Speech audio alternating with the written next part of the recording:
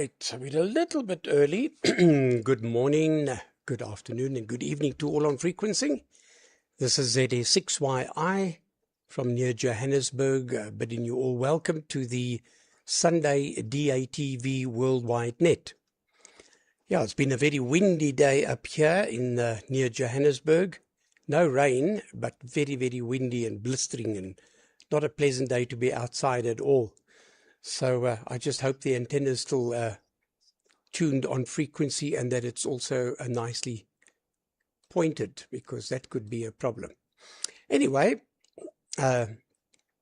as is our courtesy and our usual practice, we want to thank the Qatar Satellite Company for allowing us the opportunity to share our satellite on their satellite base.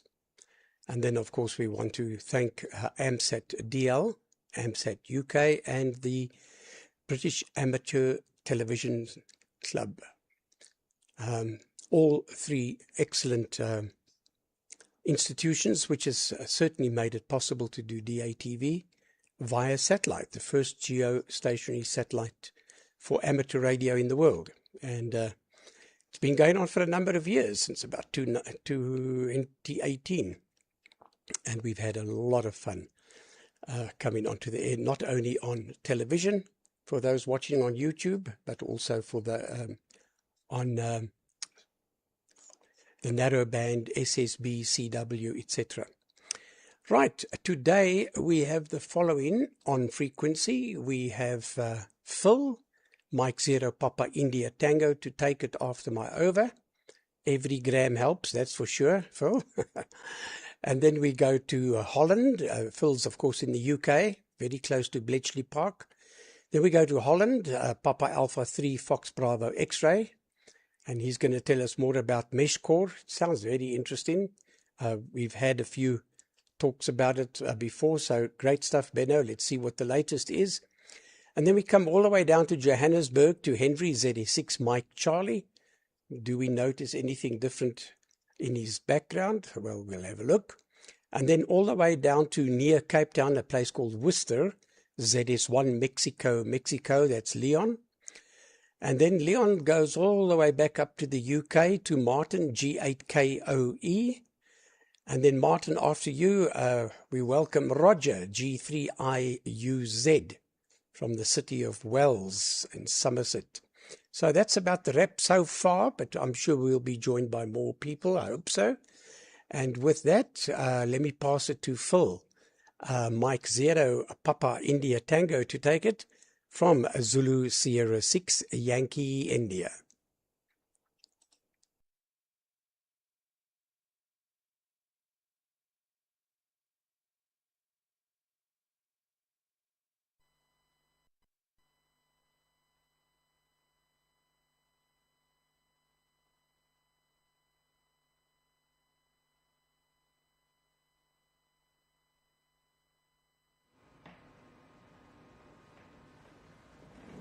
Right. Good afternoon, good evening, good morning to everybody who is watching us on the satellite or watching us on the stream.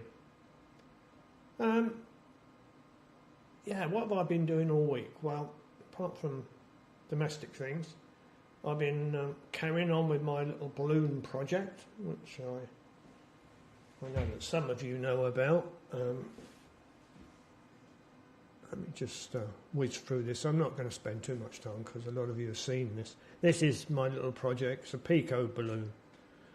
A little transmitter on it. And this is what it looks like in real life. That's not mine, by the way. But you can see what it looks like. That's a little Pico, Raspberry Pi Pico board, little transmitter. And it's Whisper, which I'm sure most of you know about, if not all of you know about.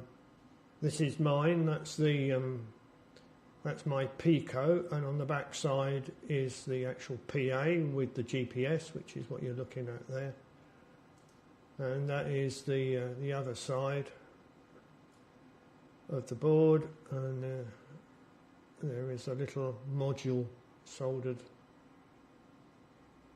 It's not soldered onto it, it's sort of like piggybacked onto it, and that has telemetry on it.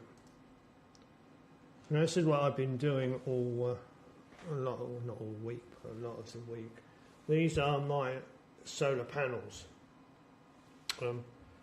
I started off a couple of weeks ago with having 2 panels, and each panel had 5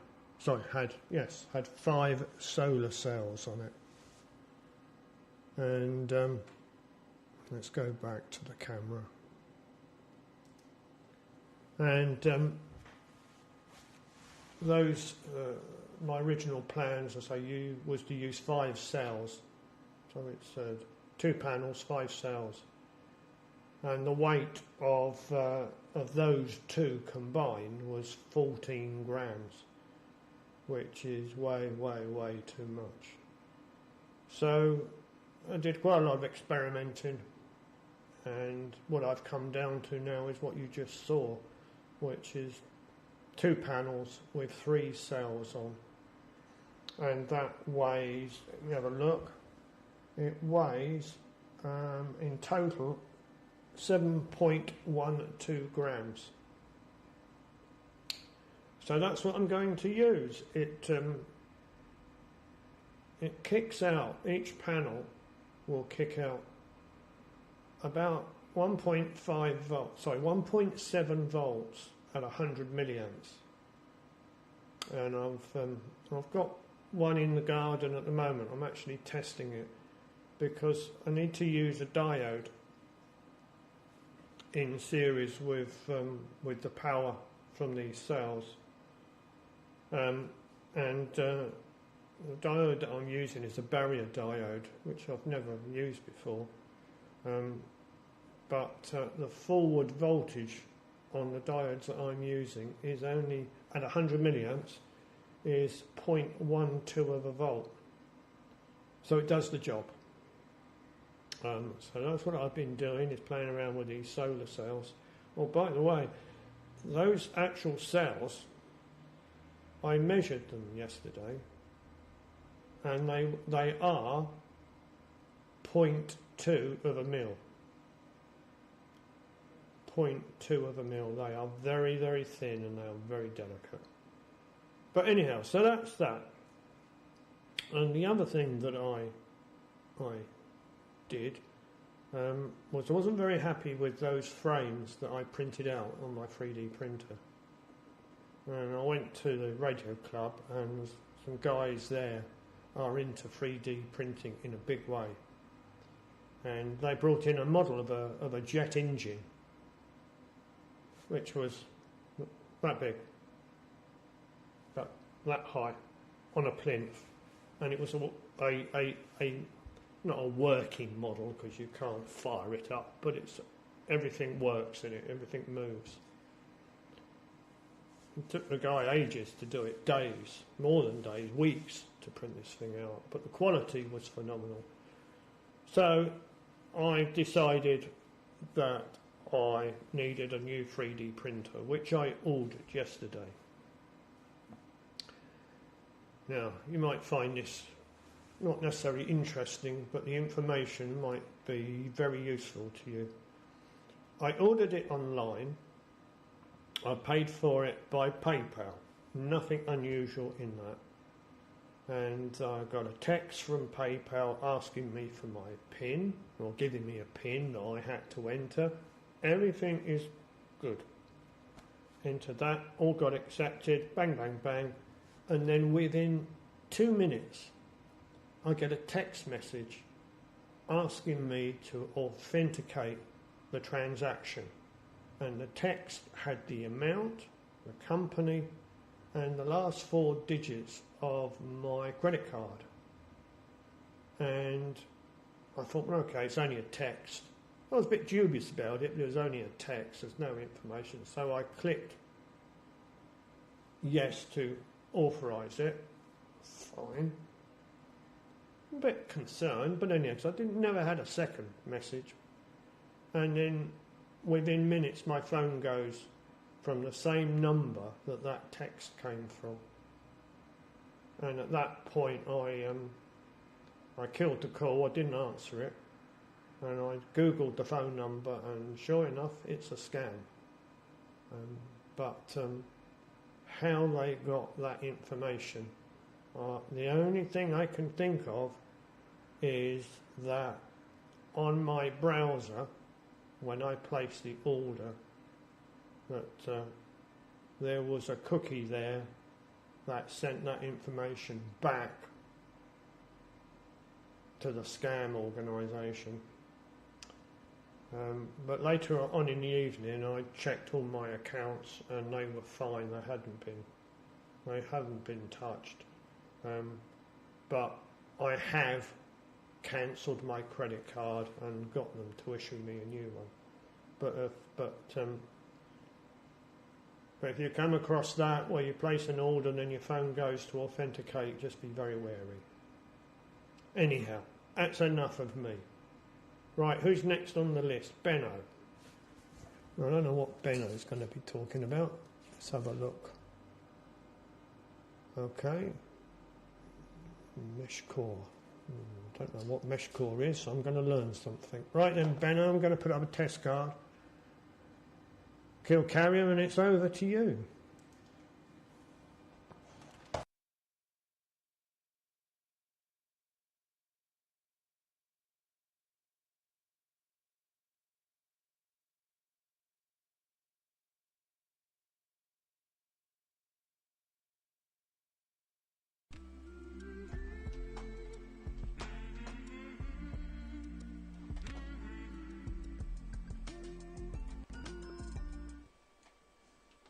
Hi guys. For those missed me over the last week or so, I have a proper wire headset now, so that solves a lot of my audio problems. Of course, using Bluetooth or Wi-Fi or any other radio wireless on while transmitting on DATV is never wise. Well, I have played a little bit. It seems to work, but yeah, I had a lot of dropouts, and even if I have very small distance between the receiver and the transmitter, I have still dropouts. Doesn't happen on all the other things I'm transmitting with, but it happens on the DATV. And I moved the dish recently, actually 1 meter closer to the satellite, so that makes a huge difference. Yeah, normally I should reckon that I am less in the path of 23 centimeters, 13 centimeters, but I think, yeah, maybe. Okay, mesh core. What I am playing on over the last month or so. Well, I already told anyone who was there. Mesh core is a LoRa protocol. Protocol, and LoRa talks about 868, 870 megahertz. And it is a free band, meaning everyone can use it. And I learned recently there is even a part where you can learn to work up to 500 milliwatts on a certain frequency in that band. On the edges, the average is about 20 milliwatts, but there is a small parcel about 200-300 kilohertz wide, where you can use up to 500 milliwatts. And yeah, mesh core is using right in the middle of that. And mesh core is a mesh network. It's using a mesh network, and if you know how that works, it bounces around and it's creating a real mesh. But the big advantage there is any device normally is a repeater. With mesh core they divide it up to three sort of devices. User interface, it's kind of like I have one of here. So this is connected to my computer, and there is a small antenna in there, and that's my companion, my device which belongs to my uplink. And then you have a repeater. It's like this typically. You connect that way up in the mast on a high spot, and it only repeats. There's no input or output on there. It is solar driven, ideally making it real off-grid. And the cost to build one of those is about 50 euros. So that's not too bad. I like to create my own antenna. You can buy huge antennas up to 8-9 dBi gain, up to 50-60 centimeters for about 50, 60, 70 euros also. But yeah, I like to create a ground plane, which is normally more than enough,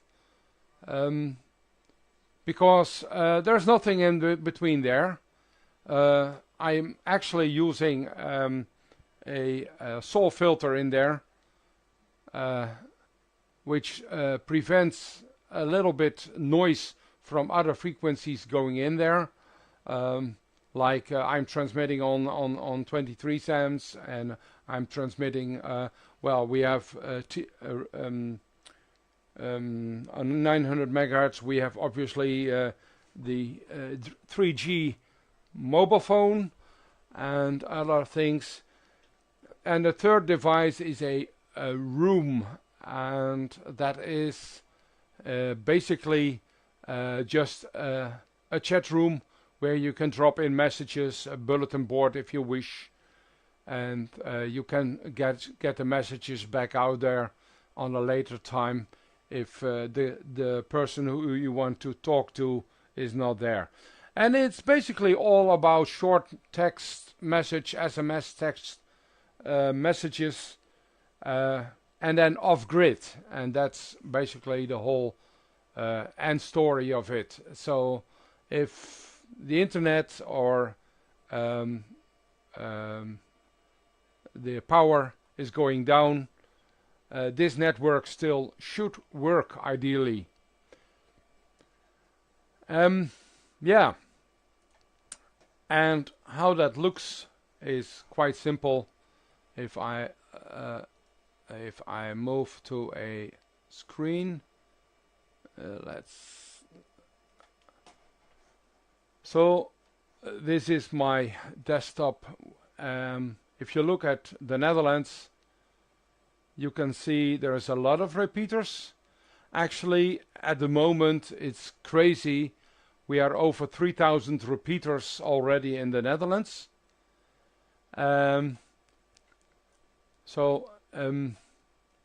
Actually, we have about 1,500 companions and about 3,000 repeaters. So apparently, a lot of us are like myself, creating more repeaters than we actually use.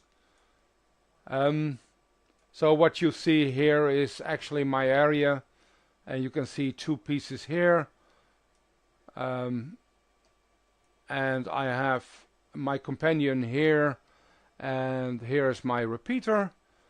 And well, actually they are next to each other, basically in the top mast. Here's my house where I live, but I move them a little bit apart so I can identify them a little bit more easier.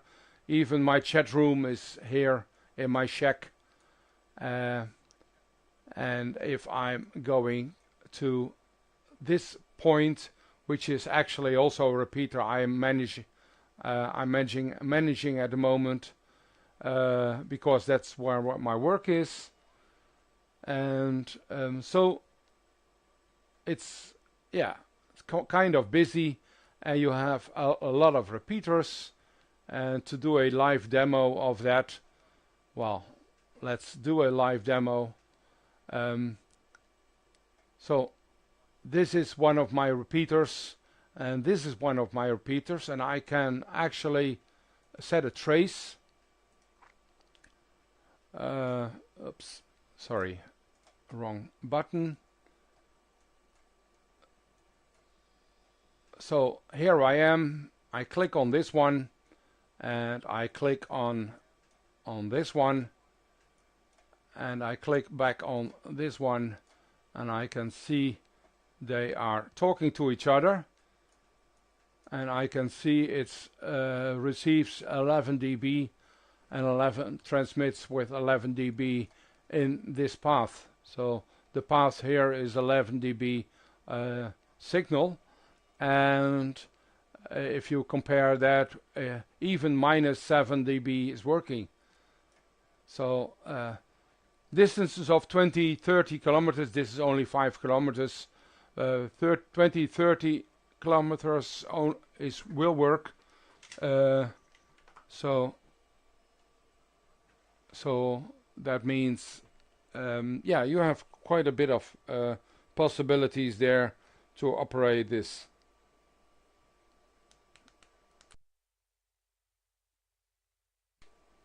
So that's about Mesh Core at the moment. Because the tremendous amount of repeaters gained over the last 2-3 months, they had to decide to unclog the mesh a little bit. One thing is you can set up an advert sending information that you are there. Basically shouting that you are available, you're there, you are securing, or how you want to call it, an advert they call it. And it's meshing, it's being bounced around. And if you calculate how much repeaters bouncing around messages every hour, you quickly find out that you won't have any more time. So they unclogged the system over the last weekend, made it twice as fast, less distance, but even 30 kilometers still available. And this is only with that small antenna. You can imagine if I put on a beam or something like that, you will get bigger distances. But hey, Holland is fortunately not that big, and this is what I think what I'm covering at the moment. Mesh Core, it uses regions, so you will bounce within a certain region. I can bounce within a certain city if I want, and it will not come out of that city. So yeah, they trying to unclog the mesh network as it is. And I think the general idea of having a open text network next to what is available commercially, but using that as a ham, using that as a non-ham, because even your neighbor, as this band is open, your neighbor can also use it, and creating a public service network for emergencies. You can see this in a close, well, say a circle of your own town as a emergency circus. And yeah, that's basically the whole general idea of the Mesh Core business at the moment. Yeah, that's about what I wanted to show. I was I just had a nice other network where you can see it bouncing around, but I can't find it at quickly as I at the moment talking to you about this. Okay, passing it on to Henry, Mike, Charlie. I hope you're well, and we are going to. I hope you have a good camera resolution, so if we can see what's in your background. Passing it on to you, Mike Charlie from Papa Alpha 3 Foxtrot Bravo X-Ray back to South Africa. Do I have a test card? Somewhere along the line I have a test card. Obviously I didn't prepare myself well enough. Over to you, Henry.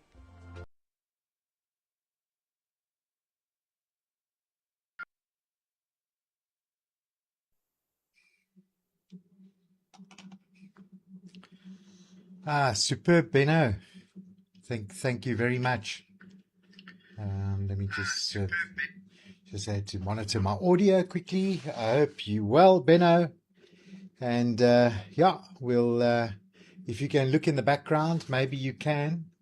I'm just using one of those eagle eye cameras, and it works very, very well thanks to Gary. It really works extremely well as far as I'm concerned. So I've tried to declutter the shack completely. That's what I tried to do over the past 2 weeks. I managed to get another storeroom in the building. I live in an apartment complex, and I don't know if I've explained before, but my dishes are on a container outside, but in my neighbor's property, and he was kind enough to allow me to put the dish up in the 2 dishes on the container in his property. So that's what I did. And then I'm running a approximately 12 meters of LMR 400 into another room, which is down here behind me.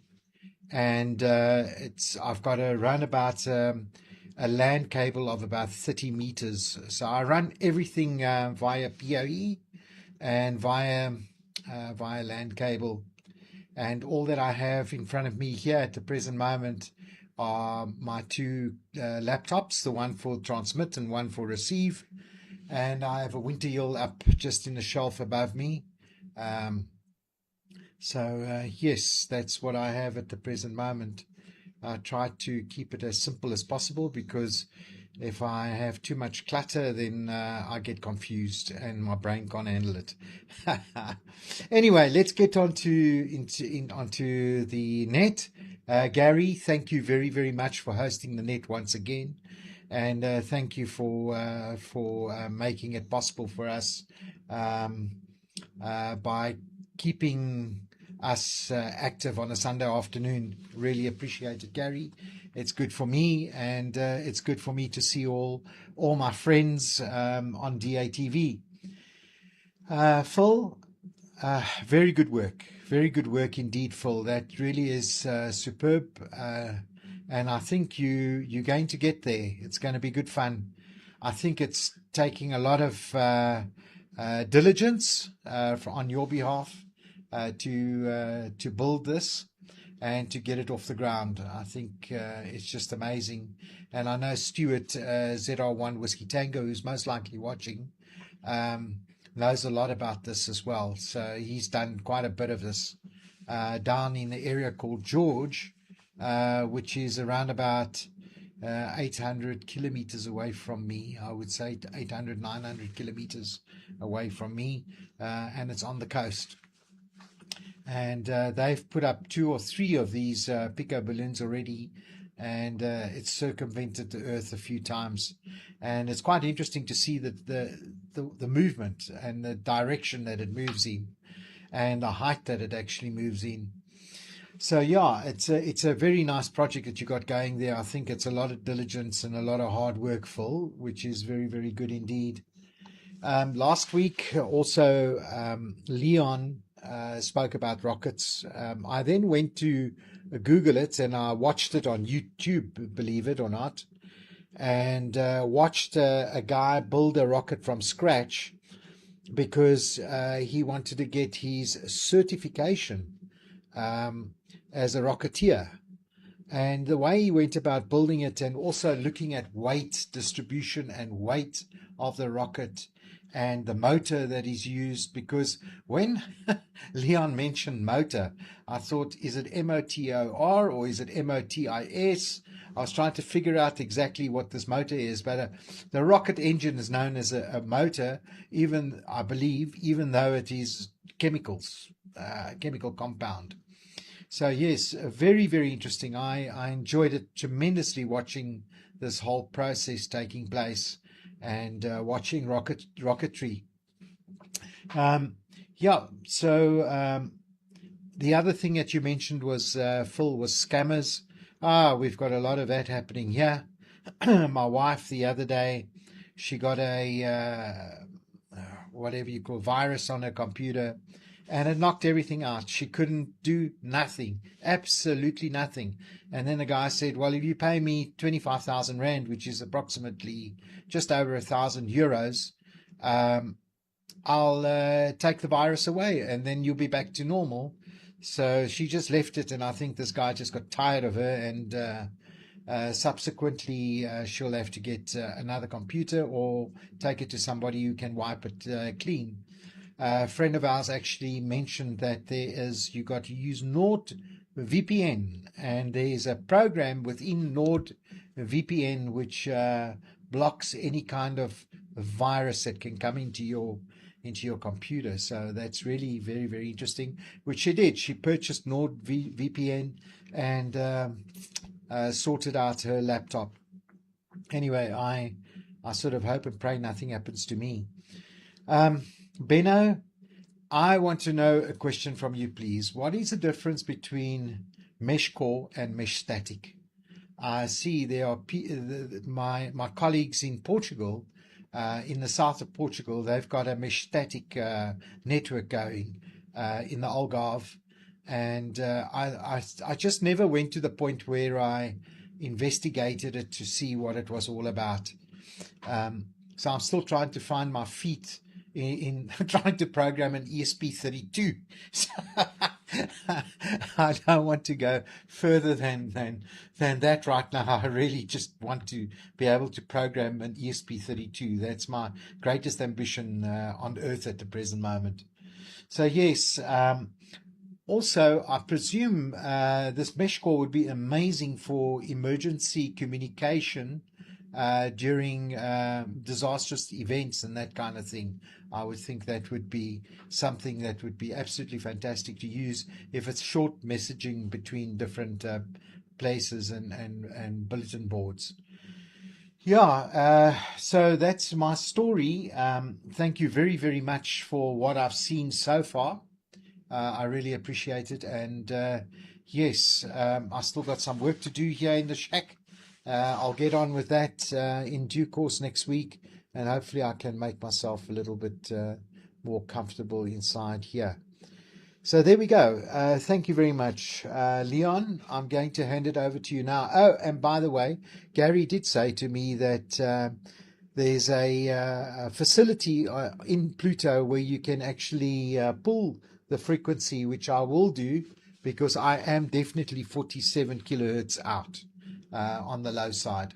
So I will do that sometime this week. I will have a look and see how I can pull the frequency on the Pluto. And I do apologize for creating havoc for all of you. So there will always be one person that will do that. So there we go. So Leon, get ready, my friend. I'm going to pass it over to you now. Thank you very much. It was really nice having the opportunity on the net. ZS1 Mike. This is ZS6 Mike Charlie.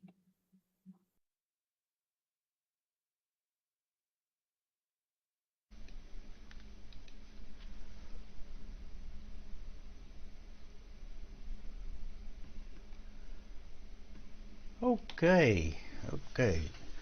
Good morning, good afternoon, good evening to everybody on the net. Yes, okay. Hello to you, Gary, as well. Good news. Okay, firstly, Gary, I have a question for you, seeing that you've been in the LEO satellite business for some time. I've got one of my radios on standby on 434 megahertz, 434 megahertz simplex, just for local contacts here. But every now and then I hear a satellite coming past on that frequency, that exact frequency, and I checked 5 kcs up, 5 kcs down. It's not there. It's definitely on 434. And all it sends is, you know, the old weather satellites, that 2.4 kc tone, which is normally amplitude modulated on the weather satellites.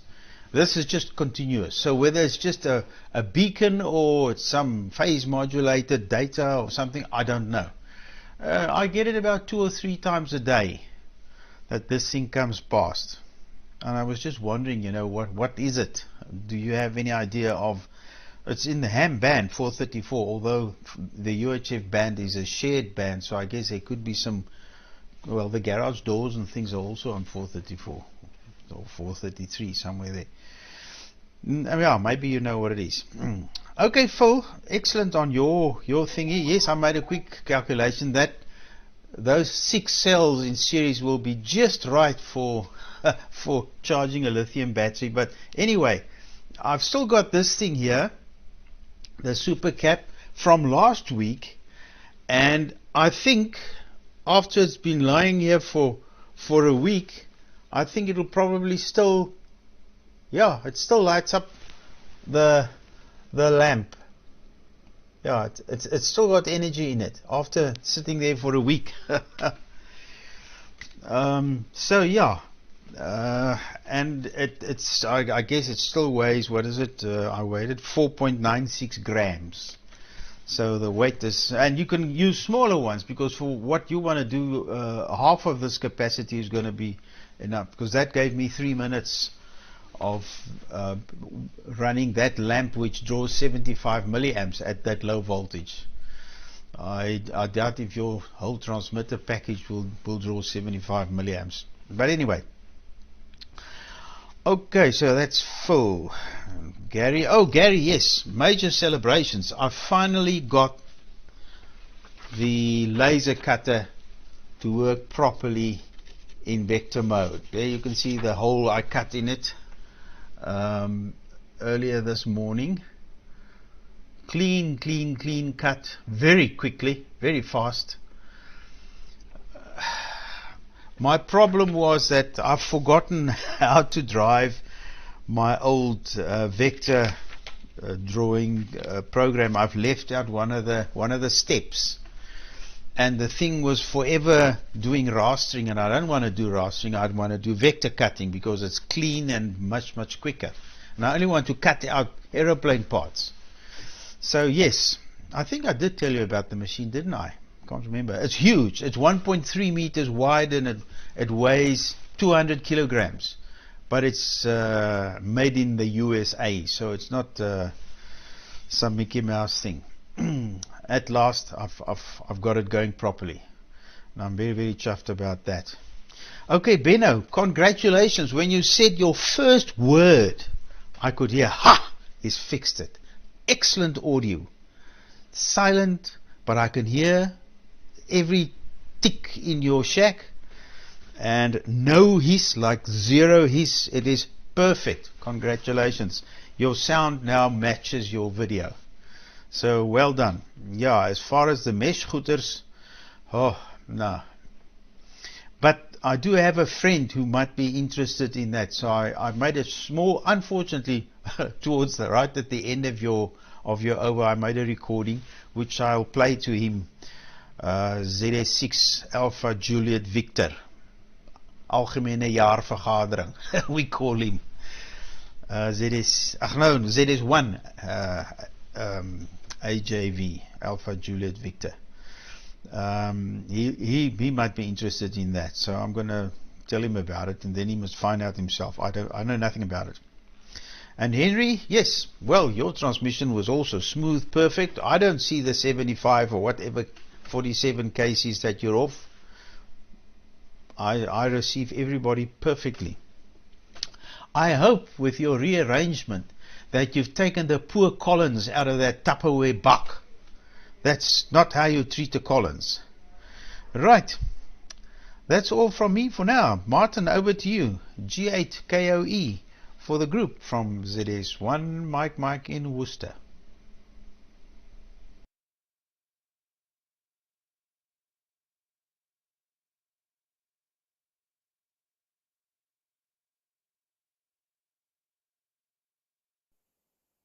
Well, we made it.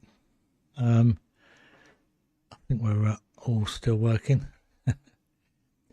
Yeah, I'm having lots of problems with the internet again, which is dropping out. But I will demonstrate my SRT repeater while someone's actually working through it. So we go over to there, and there we go. It's coming from a VK3TET, which is accessing obviously via the internet, which at the moment's working. But normally there's 4 screens, there's 4 inputs on the particular SRT repeater. And if you want to know any information on it, if you go to my YouTube channel, G8KOE, you'll see it there. But I've been playing with accessing the VK3 RTV repeater. They've got an SRT input to it, so I've been joining their Tuesday morning nets for me, which is Tuesday morning at 11 o'clock, which is 8 o'clock their time. So it works out quite convenient, and been putting good signals in via the internet on SRT, and watching back by various means. Rob VK3IE has been streaming it, the actual repeater input. It also goes on Discord, which is another platform, and I've also been playing with Twitch, which I've not got on at the moment, but that seems to work exceedingly well. And you can just log into your browser and get there. Okay, it's all internet wise. The boys in VK land, it's their repeater has multiple aerials, etc., and any RF that comes in will override any SRT signal coming in. So they are an RF repeater, but enables one to link up. And later in the year, they do a QSO party, which they try and link up America, UK and such like, which is obviously done via the internet, because they don't have, lucky to have a satellite. And talkback is usually done on All-Star. It works out well, because the sort of net control at the other end can say go, and you can start transmitting before the other one drops out and get in. Now, the SRT input seems to, once you're in, you're in. But sometimes it takes 2 or 3 attempts to actually make the path. So I've been looking at that and analysing that a little bit. So that's really I've been playing with. But my internet has been absolutely rock solid until today, and it's been nothing but cutting out so far. It's hanging in there at the moment. But yeah, it's fun. As I said, I spend most of the time on SRT and such like at the moment. But I do join the various nets. And just as a sort of sidetrack with the audio side of things, I sort of dug out my old meter that I found kicking around, which is 2 VU meters, and a nice little plug on the end. Interface that's easily purchased and such like, all the driving stuff in there. So I'm going to get a HDMI splitter arrangement with the audio out on it, so as I can feed into that, and sort of look at the different levels. That I will connect onto my RIDE receiver, because on the various nets the audio levels are sort of up and down. But this is where I'm told mine's all over the place. I'm only going to do one transmission because it collides, the net goes on, and it'll hit my sort of tea time with sorting things out with Carol. So But anyway, good to see you. Thank you, Gary. And I like the headset there. Benno, the brain cells going. That looks good. I was tempted to get one myself. Debating onto it. I don't know whether to get one with just a single ear or two. I quite like having that free ear, but at the moment I've got these silly little things plugged in so I can hear myself. Right, that's a long waffle of nothing from me other than internet, which will have bored Leon totally, which I'm sorry. I'm using obviously SDR television, which I think I heard Gary mentioning. It's working exceptionally well, very well indeed in fact, and there was a new version due out not too distant future. But it makes a very easy setup to get going. So that's it's just one. Well, there's very little you've got to install to get it up and running. But just follow the instructions and you're away. Yep, I think that's about it from me. So I'll put my my little test card up and pass it over to Roger, who was putting some excellent pictures on the BATC net, I think. I think it was the BATC net. Or certainly one net. You had excellent pictures, but you had poor audio. Then I heard you testing on the last transmission, that I forget which day it was even, and the audio was absolutely cracking. So don't let us down this time. Your pictures are really, really good. And I look forward to seeing your little model there. I say little model. That's another excellent sort of thing. Anyway, over to you there, Roger, from G8KOE.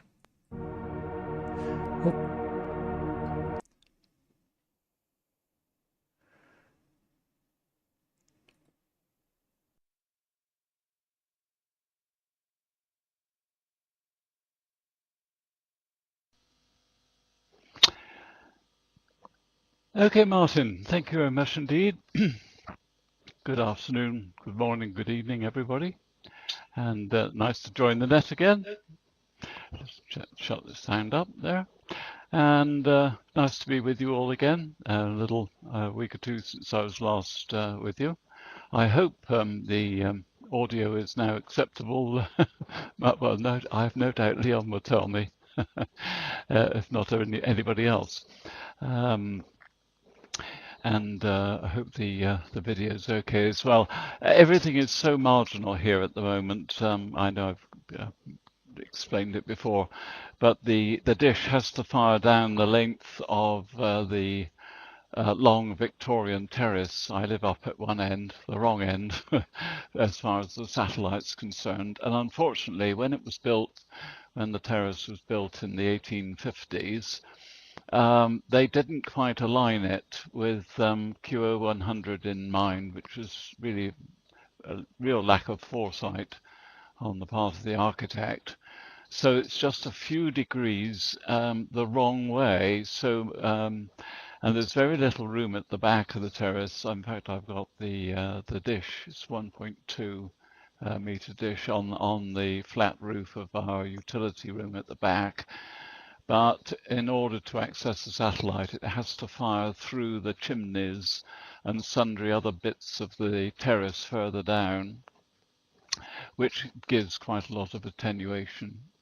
I am having another attempt to address the problem, and I hope to do that before too long. It's in the pipeline at the moment.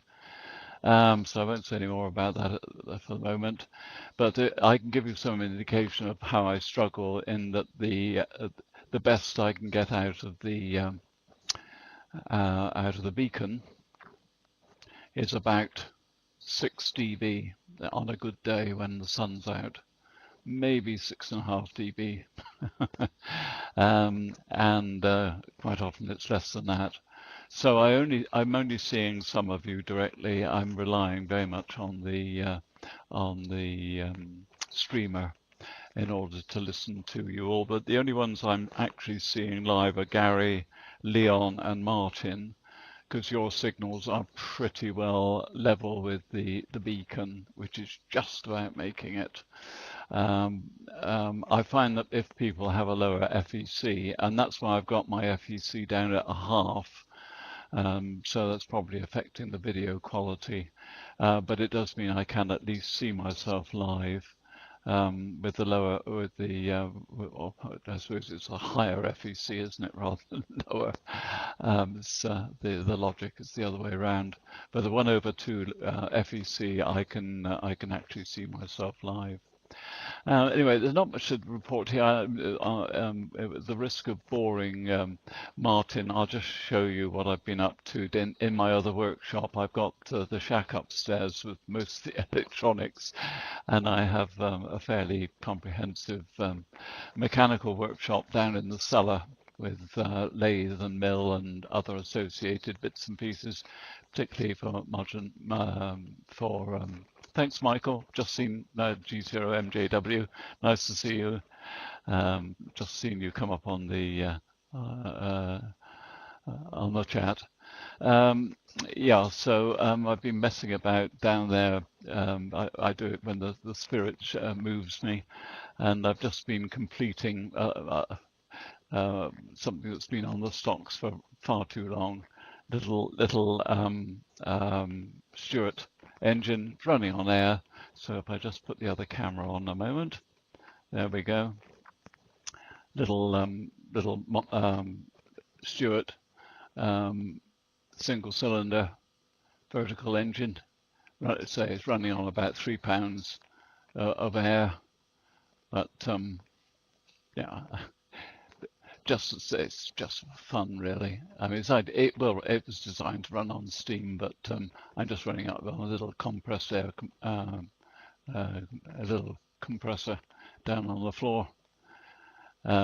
It's called a high-speed engine, which of course is supposed to run much faster, but you can see the action better if it's running slowly. But if I've just opened the throttle a bit, you'll see that it's capable of quite a few revs. If you let's say that's only running on about 3 pounds. There we are. So I hope that gives you a good view of it. There we are. Just wind it down a bit.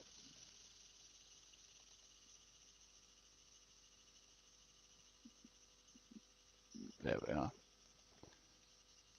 Sort of see what's going on a little bit better, particularly with my rather lower than. There we are. Anyway, there we are. So that's what's amusing me at the moment. It's nice to see that finished at last. I've now got I was telling the DATV Net on Thursday. I'm now working on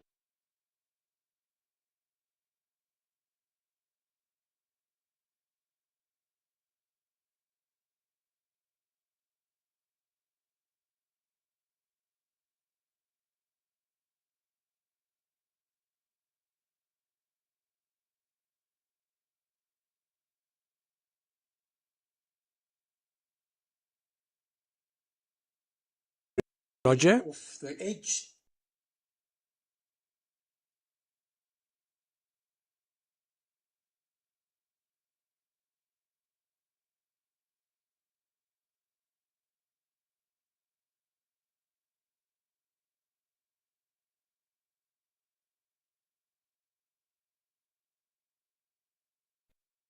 Get his power back up or whatever is the cause of the mishap. Okay. Very good to see you, Roger, and excellent audio. Excellent.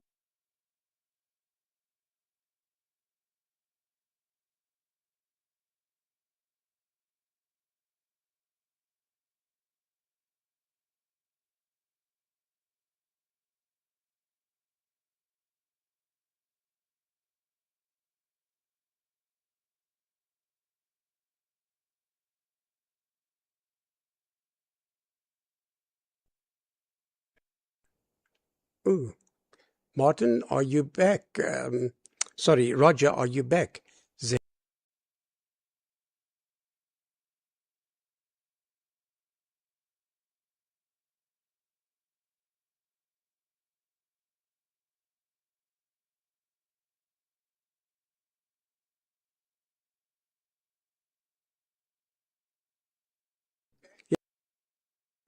work there. And yeah, I see quite a few South African radio amateurs also playing with the Pico. We had a guy down at the AGM of the South African Radio League. They've been doing quite a bit of work on Pico, and I think this weekend they were launching again. So it looks like it's a lot of fun. But you're doing well, and we certainly hope to track it. That's for sure. And then Benno, yeah, I was wondering, I did ask this before, the mesh. This mesh, how do you couple it into the UK, for example, or let's say further afield into Africa? Is it possible? Because unless, I suppose, you connect it through an internet. But it's a great idea, although I don't know if it'll work in South Africa. There are about 5 hams active, and they're all very far apart. And yeah, Henry, no great signals from you, no problem to copy. And incidentally, Benno, yeah, much better audio. Much, much, much better audio. So good on you for doing that. And of course, your picture was always excellent. I had Leslie in the shack. He's gone home now because it's dark here. And he said, oh, look at all the model aircraft in the background. So he noticed that immediately. So there we go. It's also a hobby of his. And he was at Leon's house and couldn't believe the amount of model aircraft in the lounge. Oh, my goodness. He was in heaven there, Leon. Anyway, Leon, it's probably a CubeSat on 434 dead. There's a lot of guys playing around with these CubeSat things. But if you want to, you can go onto Google, and you go to November2YankeeOscar.com. Just key him in. And he gives you a live update of all satellites, even in your region, you see, and what times they come by, and also what frequencies. But it's normally these CubeSat beacons that will be around that frequency. And so, yeah, you go onto Google, and you go to November2YankeeOscar.com, and you'll get into his site there where you can get live downlinks on these LEOs, because there's so many now. It's actually quite active. But the guys are having a lot of fun. And that little antenna I designed some time back and built, the ARRL, I think it's 1,500 units they've already got. We got an order last Friday for another 500. So I don't make a cent out of it. I'm doing it at cost. And Hans from Amsterdam, he got the orders, so he gets a little bit of a commission out of it. But anyway, it's good fun. We've got all injection molded parts. It's really a professional looking little antenna. Works very well. So the youth in America is having a lot of fun with these antennas. Anyway, so Roger, yeah, you dropped off. I don't know what happened, but your signal was excellent. Your video was fine. Audio was great. And hello to Mike. I see Mike's on the other channel there. And yeah, we were doubling. What happened, Mike? Roger dropped out. So, Roger, I'm going to bring you back in to complete your over. And if you will then pass it to Phil, I think that'll work. A G3 IUZ to perhaps take it from a ZA6 Yankee India.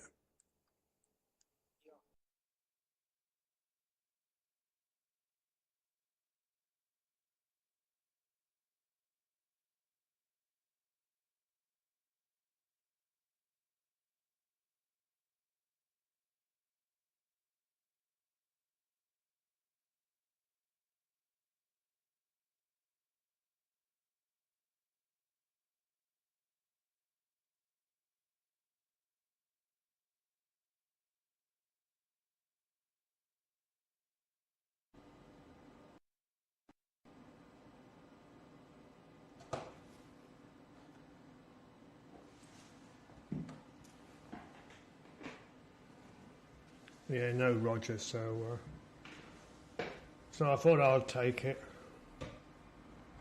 I'll leave I'll suggest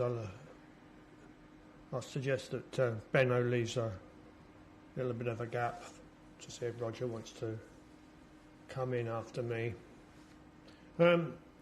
Yeah. I do like Roger's model. I remember going as a young lad, and the whole of the ground floor of the Science Museum was, I don't know, it was like someone doubled. Yeah, I'm back. I think I'm back. Come on, sync up. Yeah, I'm back. Yeah, I think Science Museum when I was young, the ground floor was absolutely covered in models like that. Absolutely fantastic. But I don't have a metal workshop as such. There are times when I think, oh, could do with one, but yeah, but I haven't. I've got the space, but probably it'll go through the floor. But anyhow, that's another story. That's another story. Yeah, Leon, the supercapacitors. I'm going to go down that avenue. These are the, I don't know if I showed them before. These are lithium cells, which are ideal. And they'll keep it running for quite a time. It's got two problems with these. First is their weight, 5.5 grams. Basically, that's 4.5 grams overweight, so I can't use them. And the other is the charge time, because it would take quite a time to charge these up for sufficient voltage to for the Pico to actually work. So, yeah, that's why that went out. Too heavy, and to charge them up would take too long. Certainly by the solar panels. And as for the supercapacitor, I've had a look, and I'm governed by weight.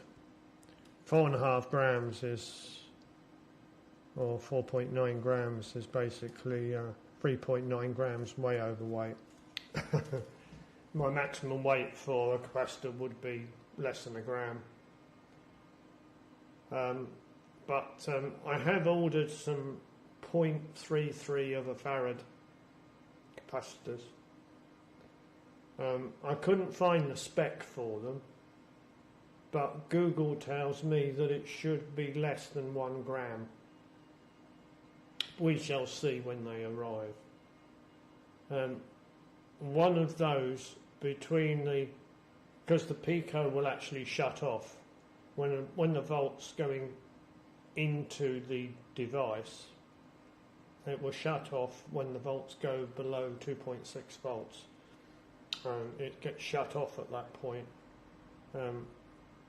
So I'm going from it'll be about 3.2 volts, and that will be going into a supercapacitor, but it's only 0.33. And there's a calculator on the web that I put that into, and I think that it will keep going for somewhere around about 6 to 10 seconds, which is way more than what I really need.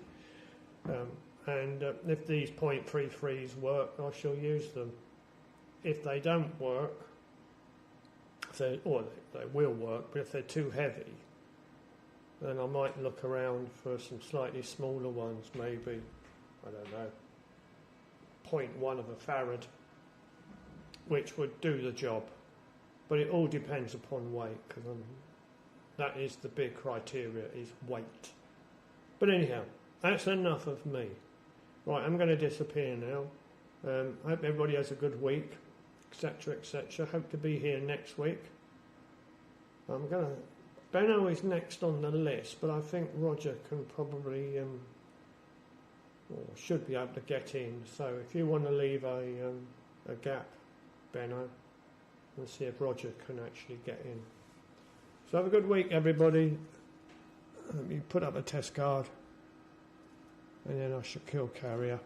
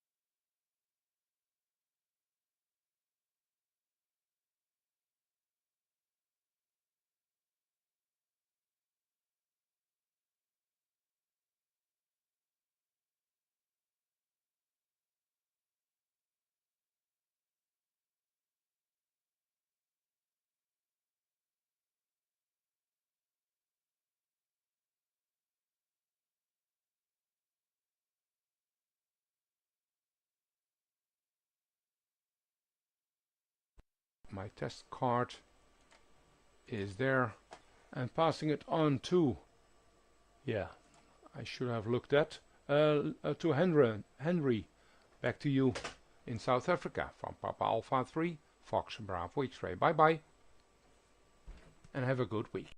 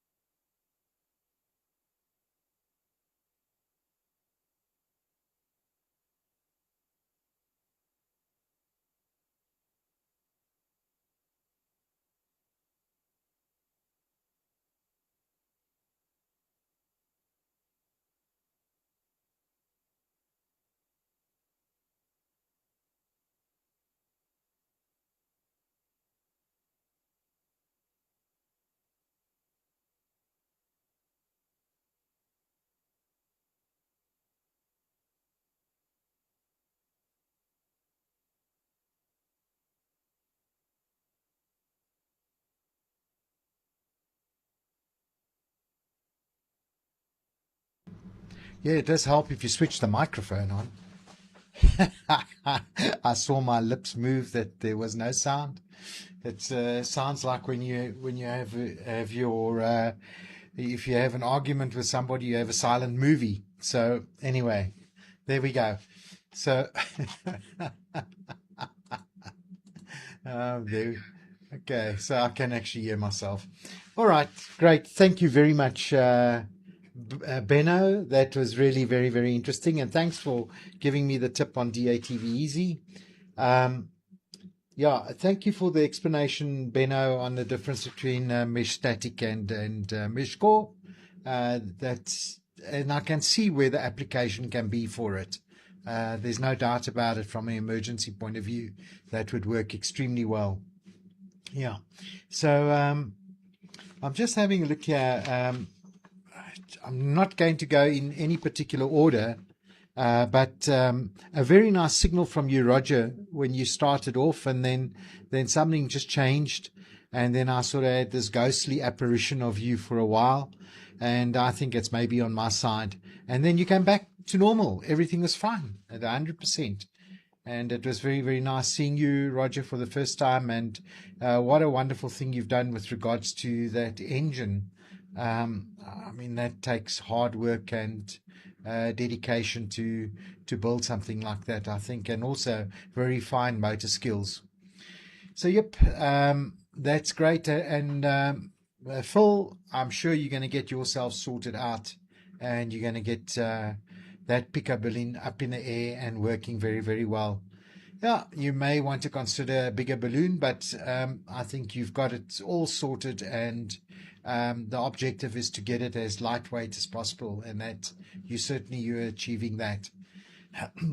Leon, I did a quick search with regards to 434 megahertz. At one stage, they had LoRa satellites going over, but I think that's ended. So there must be something else that is creating that frequency. And Gary, yes, good point. N2yo.com. It's a good place to start. I've looked at that website quite a few times. Find it very, very interesting. Okay, and I also, Leon, I liked your music in the beginning. I listen to RSG quite often, and today was Mother's Day in South Africa, guys. And also at the same time, Martin, I like your flowers in the background. It reminded me of Mother's Day. I don't know when you chaps have it in the UK or in the Netherlands. But today has been Mother's Day here in South Africa, and everybody was out in full force taking their mothers out for breakfast this morning. So it was interesting to see, and at the same time, quite rewarding. Unfortunately, my wife is down in Mother's Day with her family down in Cape Town. So, yep, I'll see her tomorrow, and then I can give her some flowers and celebrate my Mother's Day with her. So, yep, there we go. I have nothing more to add except, yes, thank you very much. If I've missed anybody out, Gary, thank you very much once again for running the net. It is absolutely a pleasure being here with you, and for getting it all going for us. So that's it. I'll see you again next week, all being equal, and thank you very much for a lovely net today. So Gary, I'm going to pass it. Let's see. I must pass it to Leon. Leon, so I'm going to pass it over to you. ZS1 Mike and the net. This is ZS1 Mike Charlie saying 73 to all.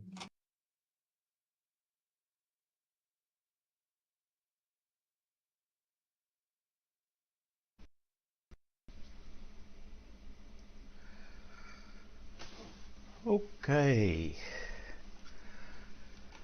Right, Henry. ZS6 Mike Charlie. You didn't say anything about the Collins. And Gary didn't mention anything about my laser thing. Gary, I've got a picture here. I can't remember whether I've sent you the photo. But this is... Oh, I'm going to kill something here. I can see it. This freaking phone. But that is what it looks like. It's huge. 200 kilograms. 1.3 meters long. It's 1.08 meters tall, I think, or something like that. But anyway, it now works very, very nicely. Okay. Okay, I've got the mesh core and all of that. And yo, Roger, that engine, beautiful, beautiful, beautiful. Perfect transmission. And you just digitally went off. Just like that. But I think it was very close to the end of your over anyway. If I listen to your trend there. Very, very well done there. Okay, that's it from me. I also have to run. So cheers everybody, 73s. And yeah, Saro's birthday. Was that yesterday or was it this morning? No, it was yesterday, I think. But anyway, we all wished him a good day. Happy birthday there. Right, so okay, it goes back to Martin. G8 KOE for the group from ZS1 Mike.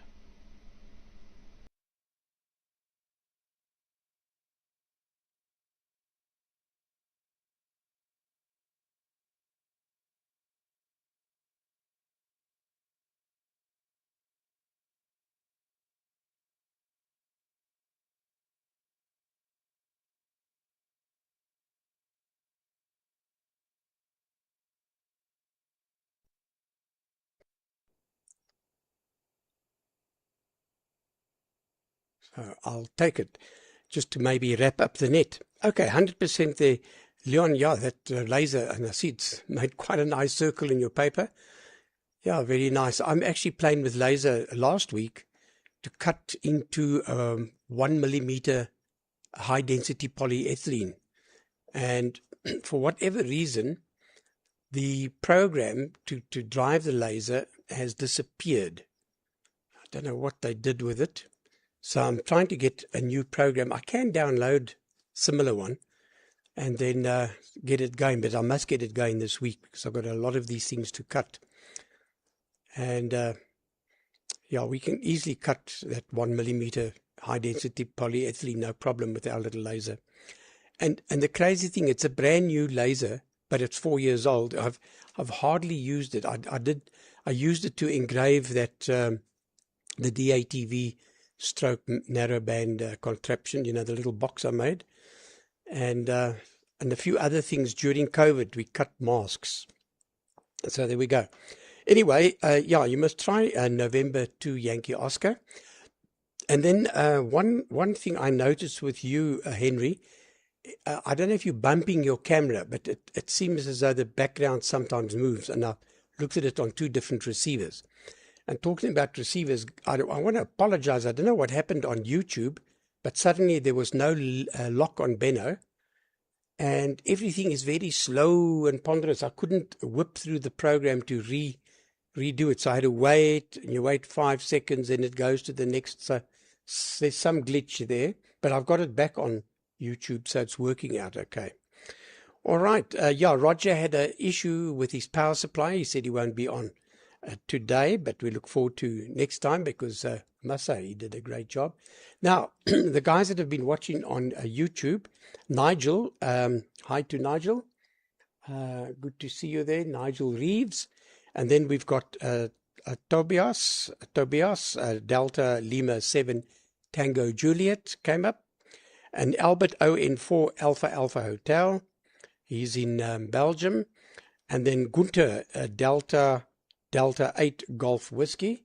Is it Golf Whiskey, Gunter? I think so. And yeah, Golf Whiskey. And then Joe, November Hotel 1 Golf Tango. So there's been quite a number of guys on, and thank you for watching. Sorry about that Benno's over, which was very interesting. I was watching it, but when I glanced over at my transmission, I saw, no link. I don't know what the heck caused that. Anyway, with that, I'm going to close the net then. Wish everybody a very happy week, and hopefully we see you all next week. So this is ZS6YI saying 73, and all the best. See you guys later.